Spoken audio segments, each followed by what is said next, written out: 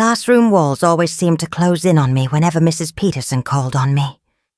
That Tuesday in October wasn't any different, except that it would change everything.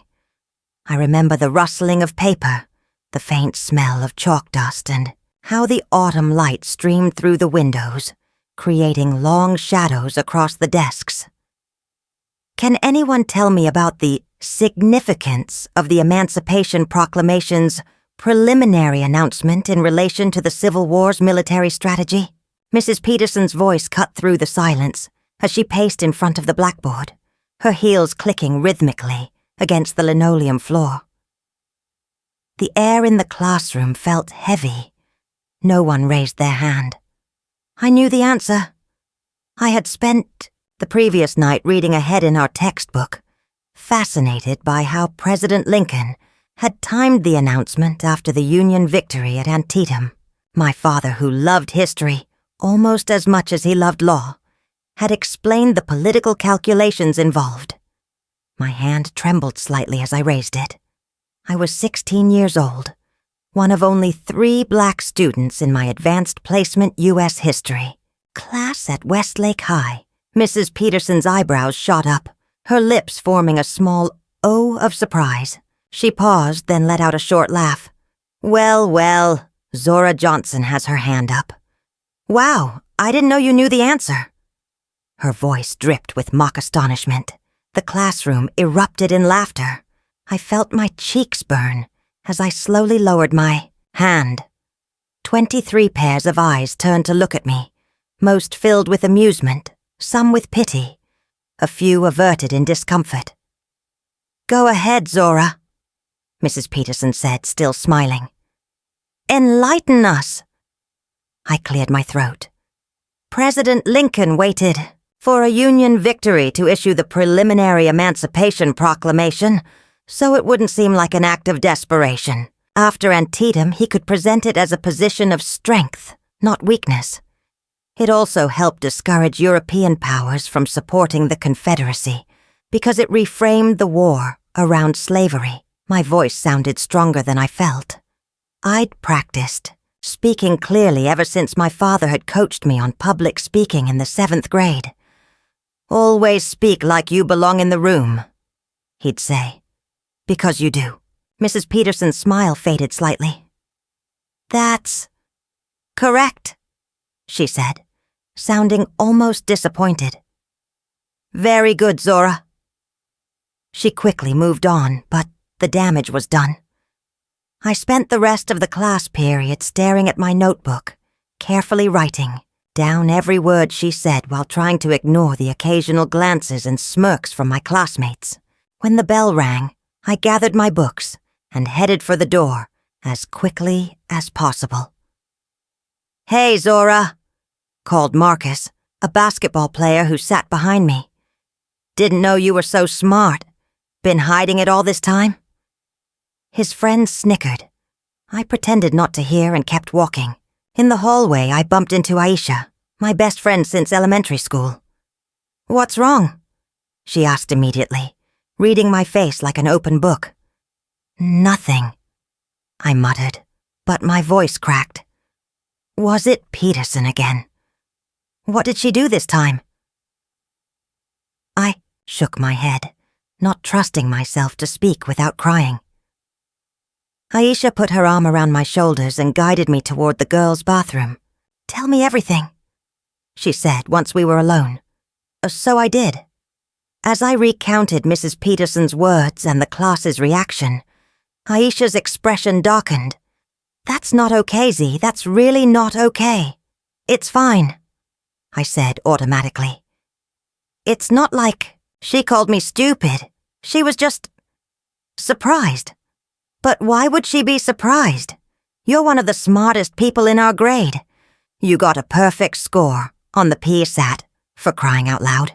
I shrugged, staring at my reflection in the bathroom mirror. My dark brown eyes looked back at me, tired beyond my years. This isn't the first time she's done this, Aisha continued. Remember when she asked if you needed extra help on the civil rights movement unit because it might be of personal interest to you? I remembered, Just like I remembered how Mrs. Peterson always seemed surprised when I turned in well-written papers, or how she'd suggest I might be more comfortable taking regular history instead of AP. "You should tell your parents," Aisha said firmly. "And say what? That my teacher was surprised I knew something? That's hardly a complaint." "It's not just about today. It's a pattern, and you know it. I did know it. But confrontation had never been my style. My parents had always taught me to work, twice as hard, to be impeccable, to rise above. I'll think about it," I promised Aisha, though I had no intention of bringing this up at home. That afternoon I walked home slowly, kicking at the fallen leaves that carpeted the sidewalk. Our house was only a 15-minute walk from school, a modest 2-story in a neighborhood that was neither rich nor poor. My father, Richard Johnson, had his own small law practice specializing in civil cases, and my mother, Diana, worked as a nurse at County General. When I arrived home, my father's car was already in the driveway, which was unusual. He typically worked late. As I opened the front door, I heard his voice from the kitchen speaking in what I called his lawyer tone, measured, precise, and slightly intimidating. "Diana, this has been going on all year. The comments, the subtle undermining. Zora's grades in that class don't reflect her capabilities." I froze in the hallway. Somehow, he knew. "Richard, I understand you're upset," my mother's calming voice replied. "But we should talk to Zora first, before we do anything." "Talk to me? About what?" I asked, stepping into the kitchen. They both turned to look at me. My father, tall and imposing in his suit, his tie loosened after a day at the office. My mother, still in her scrubs, her hair pulled back in a neat bun. "Zora," my father said, his expression softening. "How was school today?" "Fine," I answered, automatically. "Really?" He raised an eyebrow.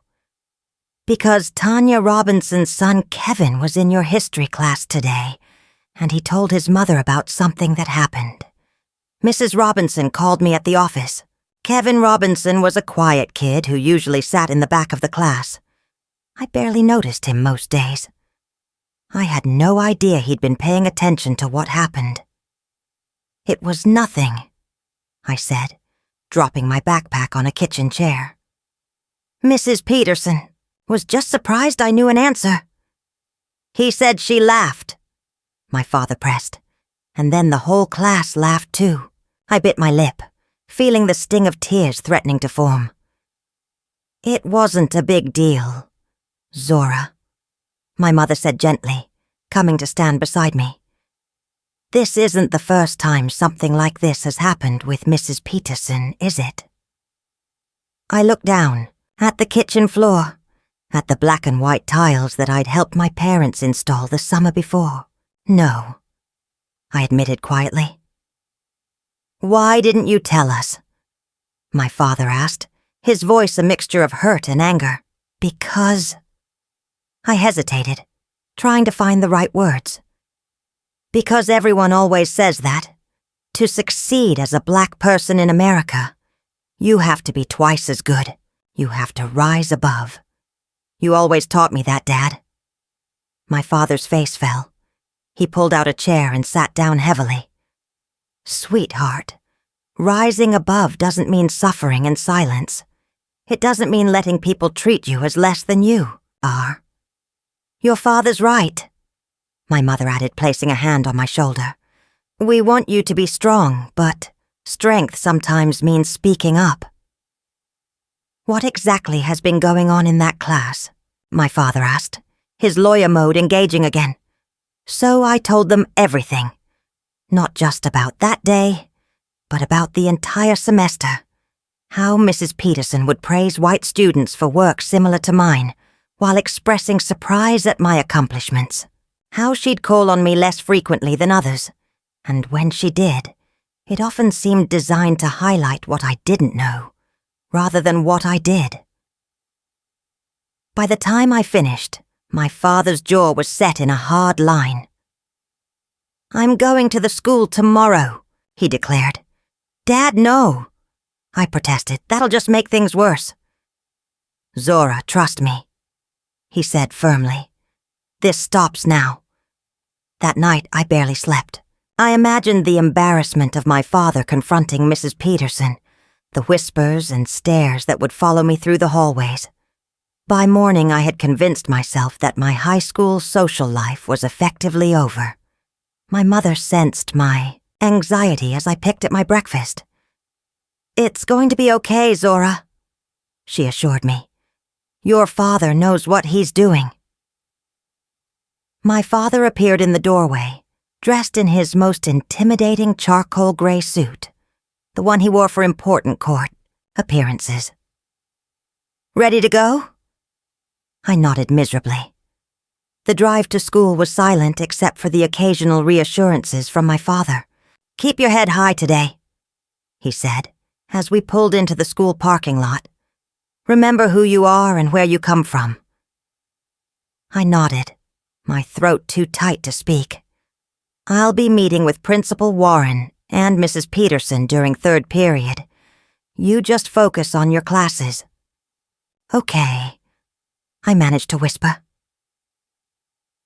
As I walked into the school building, I felt like everyone was staring at me, though rationally, I knew no one could possibly know what was about to happen.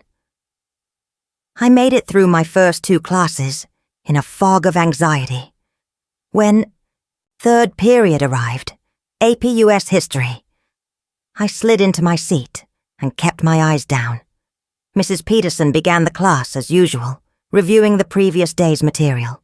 15 minutes in, there was a knock at the door.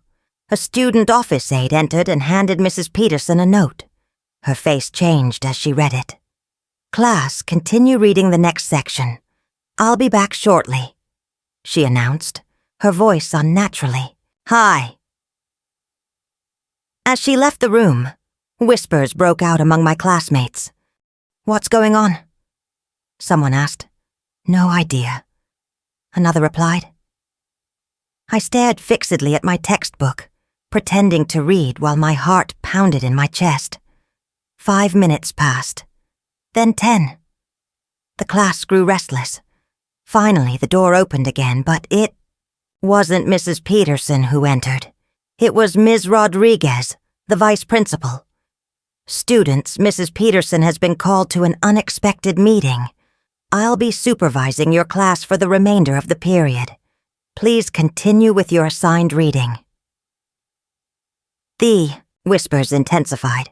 I could feel curious glances in my direction, though I couldn't understand how anyone could connect me to Mrs. Peterson's absence. When the bell rang, I gathered my books and was heading for the door when Ms. Rodriguez called my name. "Zora, could you stay for a moment?" Several students looked back curiously as they filed out. Aisha gave me a questioning look, but I shook my head slightly, indicating she should go on without me. When the room was empty, Ms. Rodriguez approached me. "Your father asked that you join them in Principal Warren's office." My stomach dropped. "Now?" She nodded, her expression kind but unreadable. "I'll write you a pass for your next class." The walk to the principal's office felt like a death march. When I arrived, the secretary gave me a sympathetic smile and gestured toward Principal Warren's closed door. "They're expecting you, honey," I knocked softly. "Come in," Principal Warren's voice called.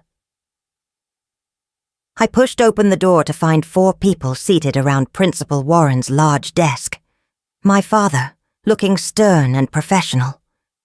Principal Warren, a balding man with wire-rimmed glasses, whose expression was grave. Mrs. Peterson, whose face was red and blotchy, as if she'd been crying. And to my surprise, Kevin Robinson, the quiet boy from my class, looking uncomfortable but determined. "Zora, please sit down," Principal Warren said, indicating an empty chair next to my father. I sat, avoiding Mrs. Peterson's gaze. Zora, we've been discussing a situation that occurred in your history class yesterday. Principal Warren began. Your father has brought some serious concerns to our attention, and Kevin here has provided his account of what happened. I glanced. At Kevin, surprised. He gave me a small, nervous smile. Mrs. Peterson initially denied that anything inappropriate occurred. My father said, his voice steady and controlled. She characterized her remark as harmless and suggested that perhaps you had misinterpreted her tone. Mrs. Peterson shifted in her seat but said nothing. However, my father continued, Kevin has been very helpful in clarifying what actually took place. Kevin cleared his throat. I recorded part of the class yesterday, he said hesitantly. We were studying for a test, and I sometimes record lectures to listen to later. He pulled out his phone. I got the whole thing on here. What Mrs. Peterson said, and how everyone laughed. Mrs. Peterson's face drained of color. I didn't realize... Principal Warren held up a hand to silence her. We've already listened to the recording, Mrs. Peterson. It corroborates exactly what Mr. Johnson described. My father turned to me. Zora, Principal Warren and I agree that what happened yesterday was completely unacceptable. But we also believe this isn't an isolated incident. We'd like you to tell Principal Warren about your other experiences in Mrs. Peterson's class. I felt trapped. Mrs. Peterson was staring at me now, her expression a mixture of defiance and fear. I don't want to get anyone in trouble, I said weakly. You're not getting anyone in trouble, my father assured me. People get themselves in trouble through their own actions. You're just telling the truth. So once again I recounted the pattern of behavior I'd experienced in Mrs. Peterson's class. As I spoke, I found my voice growing stronger. I described specific incidents, dates, comments. My father had taught me the importance of details in building a case, and I'd been unconsciously cataloging these moments all semester. When I finished, the room was silent. Principal Warren looked troubled. Mrs. Peterson was staring at her hands, which were twisted together in her lap. Mrs. Peterson, Principal Warren finally said, do you have anything to say about this? She looked up, her eyes red. I didn't think... She stopped, taking a deep breath. I've never considered myself prejudiced. I treat all my students the same. Clearly you don't, my father said firmly. Your behavior reveals a bias that you may not even be conscious of, but it's affecting my daughter's educational experience. I'm sorry if Zora felt targeted, Mrs. Peterson said, her voice strained. That was never my intention. Intention isn't the issue here, my father replied. Impact is, and the impact of your behavior has been harmful. Principal Warren cleared his throat. Mrs. Peterson, in light of the evidence and testimony we've heard today, I believe some serious reflection and remediation are in order. We'll need to discuss this further in private. He turned to me. Zora, thank you for your honesty. You may return to your class now. I stood, uncertain. Part of me wanted to stay, to see what would happen next, but another part was relieved to be dismissed. I'll pick you up after school, my father said, giving my hand a squeeze.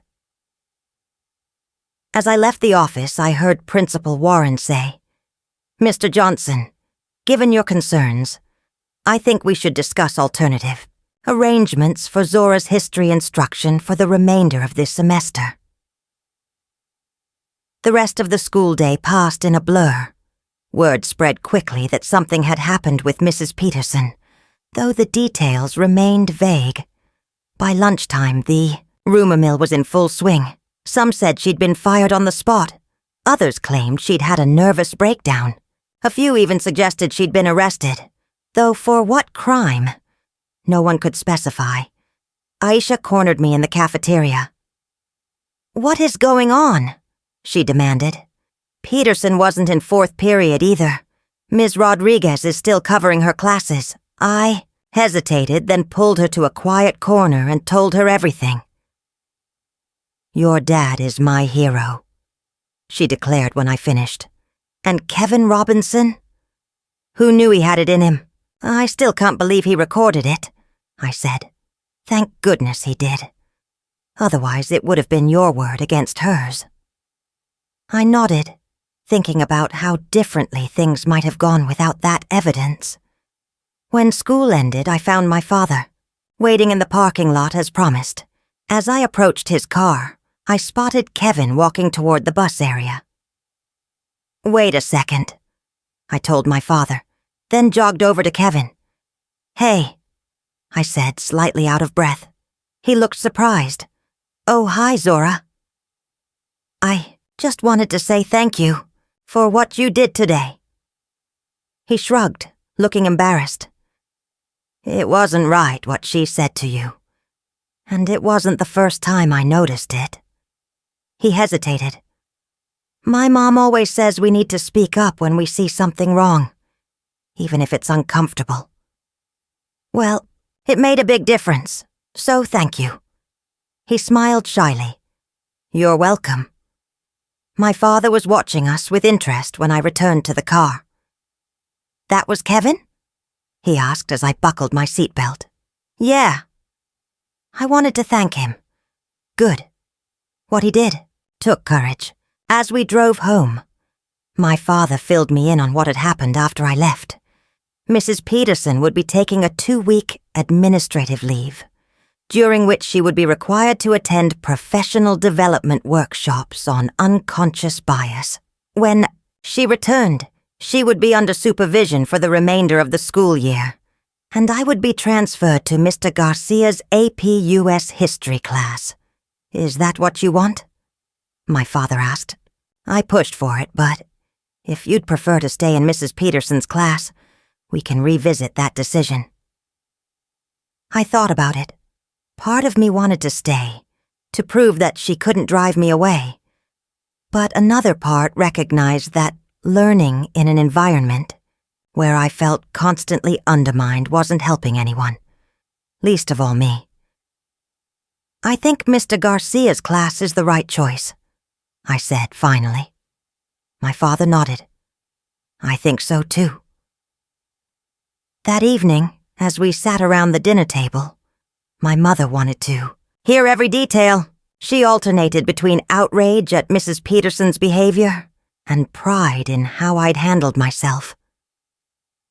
"You stood your ground and spoke your truth," she said, reaching over to squeeze my hand. "That's all anyone can ask." "I just hope it doesn't make things worse," I admitted. "You know how kids are. If they think I got a teacher in trouble—" "You didn't get anyone in trouble," my father repeated firmly. "Mrs. Peterson's own actions did that, and anyone who gives you a hard time about it is showing their own character flaws." Easy for him to say. He didn't have to walk the hallways of Westlake High every day. But to my surprise, the fallout wasn't what I'd feared. Yes, there were whispers and curious glances, but no open hostility. If anything, several students seemed impressed. Melissa Chen, a quiet girl who sat near me in English, stopped me in the hallway the next day. "I heard what happened with Mrs. Peterson," she said. "My brother had her last year, and she did the same kind of thing to him, acting surprised when the Asian kid knew something about American history. I wish we'd spoken up like you did." I was startled. "I didn't really speak up. My dad did. But you backed it up. You didn't deny it or try to smooth things over. That takes guts." I hadn't thought of it that way. In my mind, I'd been dragged into a confrontation I'd tried to avoid. but from the outside, it looked like courage. Kevin Robinson and I weren't exactly friends before the incident, but afterward, we developed a quiet alliance. He'd nod at me in the hallways, and occasionally we'd study together in the library. His mother and my father had apparently struck up a friendship too, bonding over their shared intervention. The most surprising development came about 3 weeks after the incident. I was at my locker between classes when Mrs. Peterson approached me.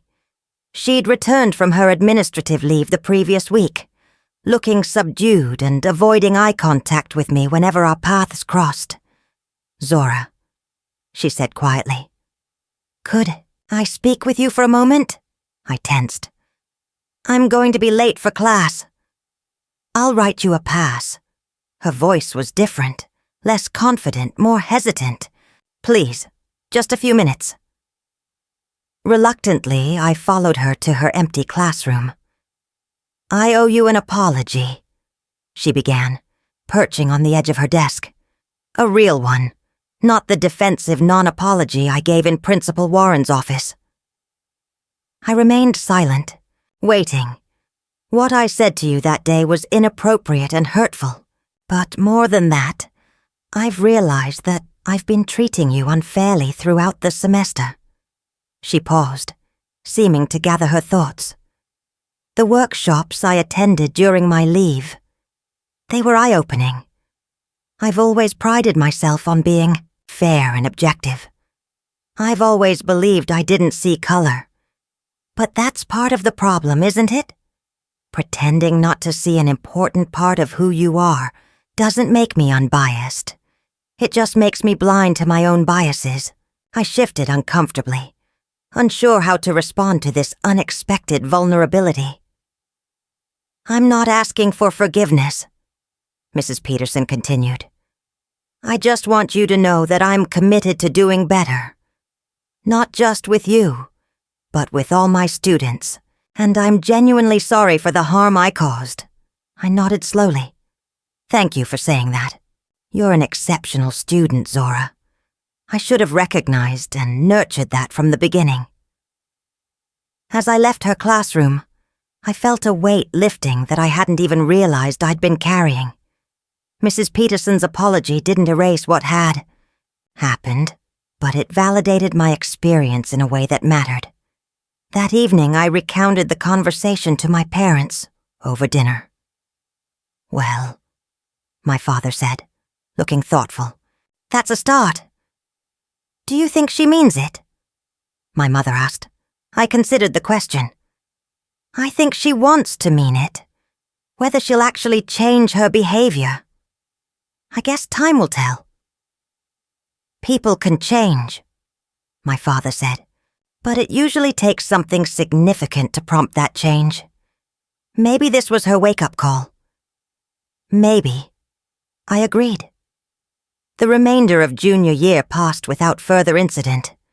I thrived in Mr. Garcia's class, my confidence growing with each well-received paper and thoughtful class contribution.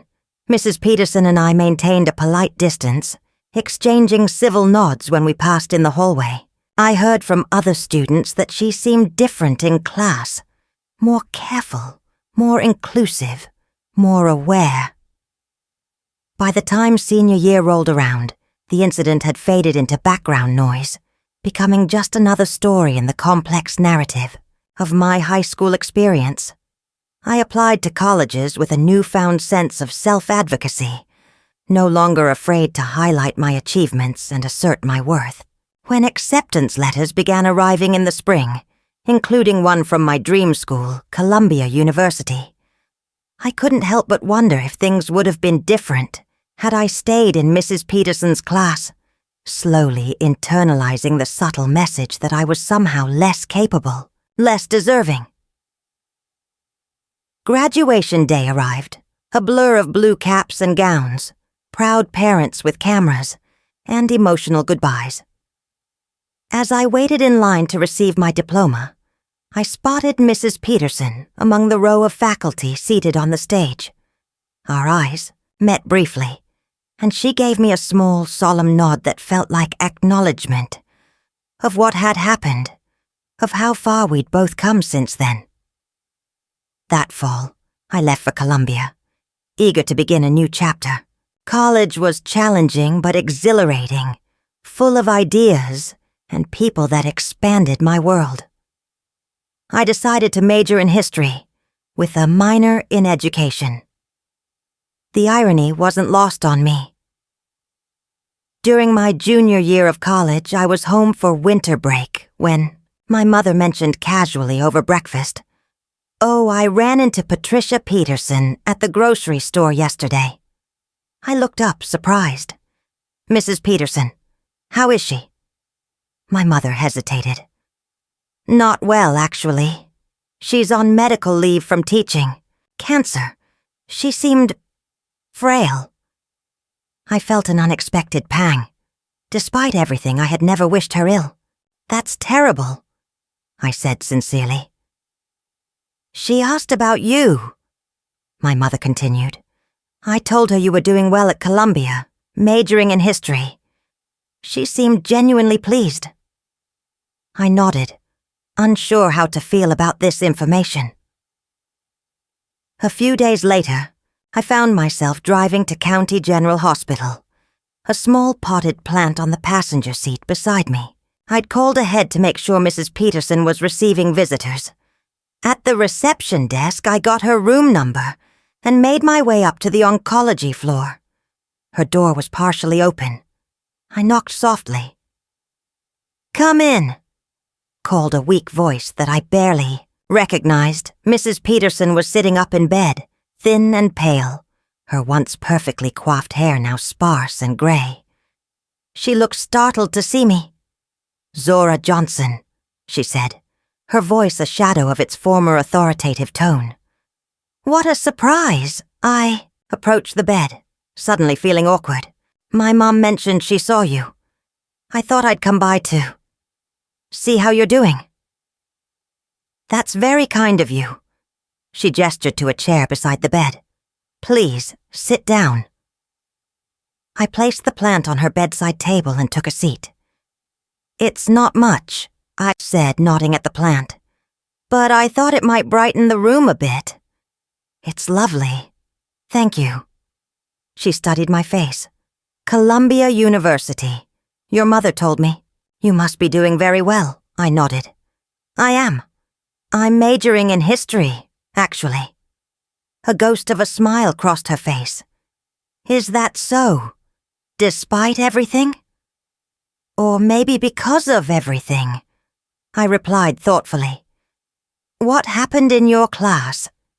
It made me think a lot about how history's taught, whose perspectives are centered, whose are marginalized.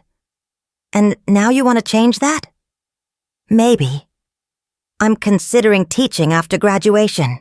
She was quiet for a moment, her gaze drifting to the window. "You know, after our incident, I did a lot of thinking about my teaching career. 27 years in the classroom, and I had to ask myself how many other students I had failed without even realizing it. I didn't know what to say to that. "The past few years I've tried to do better," she continued. "I've revised my curriculum, attended workshops voluntarily, even started a diversity initiative at the school." She looked back at me. "Not to absolve myself, just to try to do less harm going forward." "That's good to hear," I said honestly. "And now here you are, about to become a teacher yourself." She gave a small wry laugh that turned into a cough. When she recovered, she said, "Life has a way of coming full circle, doesn't it?" I thought about how the girl who had been laughed at for knowing an answer was now studying to help others find their own answers. I suppose it does. We talked for almost an hour, about college, about teaching, about history. As I was preparing to leave, Mrs. Peterson reached for my hand. "Zora, I know it's presumptuous of me to ask, but would you come back? Maybe When you're home for spring break? The doctors say the prognosis is uncertain, and I don't have much family. I hesitated, surprised by the request. This woman had humiliated me, had made me doubt my abilities. Yet here she was, vulnerable and alone, reaching out for connection. "I'd like that," I found myself saying, and was surprised to realize I meant it. Over the next few months, I visited Mrs. Peterson regularly, whenever I was home from college. Her condition fluctuated. Sometimes she seemed almost her old self, animated as we debated historical interpretations.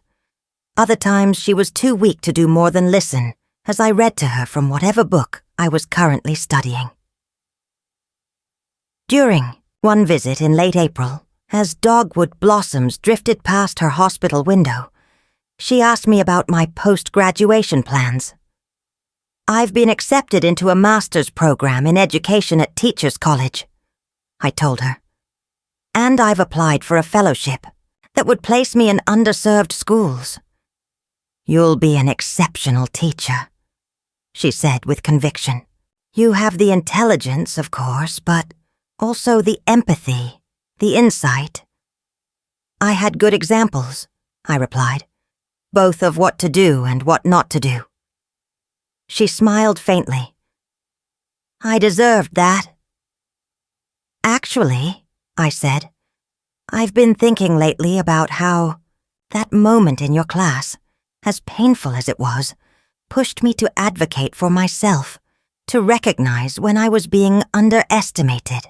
In a strange way, it prepared me for college, where I've never hesitated to speak up or take my place at the table."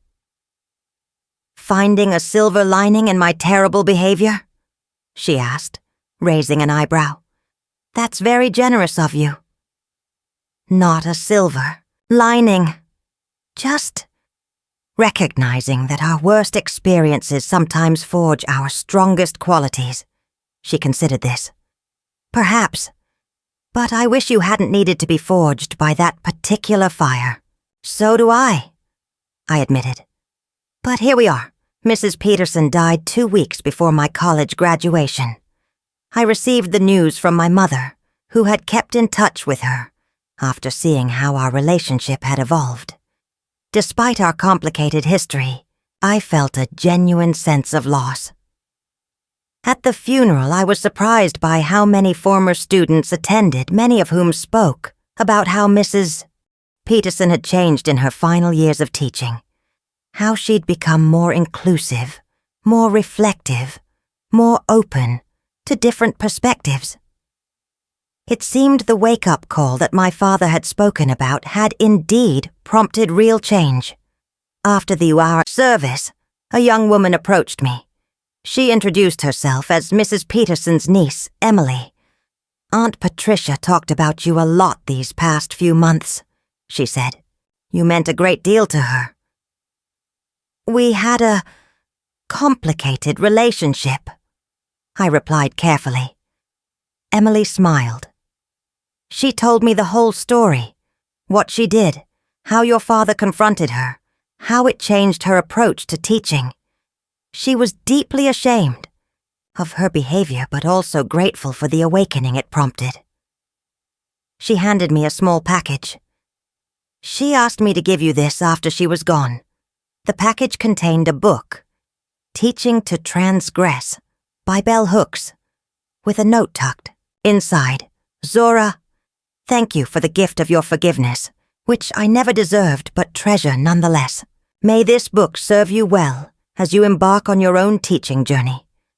Remember that the best teachers are those who remain students themselves, always learning, always growing, always willing to face uncomfortable truths about themselves and the world." With admiration and gratitude, Patricia Peterson. 10 years have passed since that day in Mrs. Peterson's classroom. I'm now Dr. Zora Johnson, a history professor at a small liberal arts college in New England, where I'm known for my inclusive curriculum and mentorship of underrepresented students. Every semester, I share my story with my teaching assistants, as a reminder of the power dynamics inherent in the classroom, of how a single comment can either diminish or elevate. Last month, while presenting at an education conference in Chicago, I spotted a familiar face in the audience. Kevin Robinson, now a high school principal in Milwaukee. We had coffee afterward, laughing about how his surreptitious recording had set so many things in motion. "I don't think I ever told you," he said, "but watching your father stand up for you that day inspired me to go into education. I wanted to create spaces where that kind of intervention wouldn't be necessary. That's exactly why I teach," I told him. "Every time I affirm a student's contribution, instead of expressing surprise at it, I feel like I'm healing a little piece of my 16-year-old self." As I drive home from campus today, I think about the long arc from that humiliating moment to my current position of influence. I think about Mrs. Peterson, who found the courage to change in the twilight of her career. I think about my father, who taught me that speaking truth to power isn't just about standing up for yourself, but about ensuring a better environment for those who come after you. Sometimes I wonder what would have happened if I'd stayed silent, if Kevin hadn't recorded that moment, if my father hadn't been a lawyer who understood how to navigate institutional power. How many students sit in classrooms right now, enduring similar subtle diminishments, lacking the resources or support to challenge them? That's why I share this story, not to dwell on past hurts, but to remind us all of our responsibility to speak up, to do better, to create learning environments where every student feels valued. If you've ever experienced something similar, or witnessed it happening to someone else, I hope my story encourages you to take action.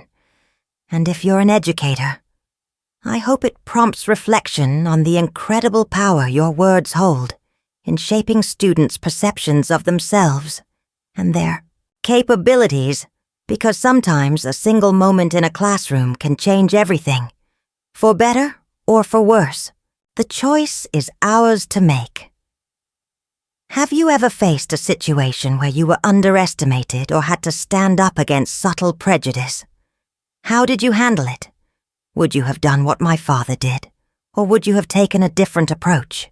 Share your thoughts and experiences, and pass this story along to someone who might need to hear it today, whether they're a student finding their voice or an educator shaping young minds.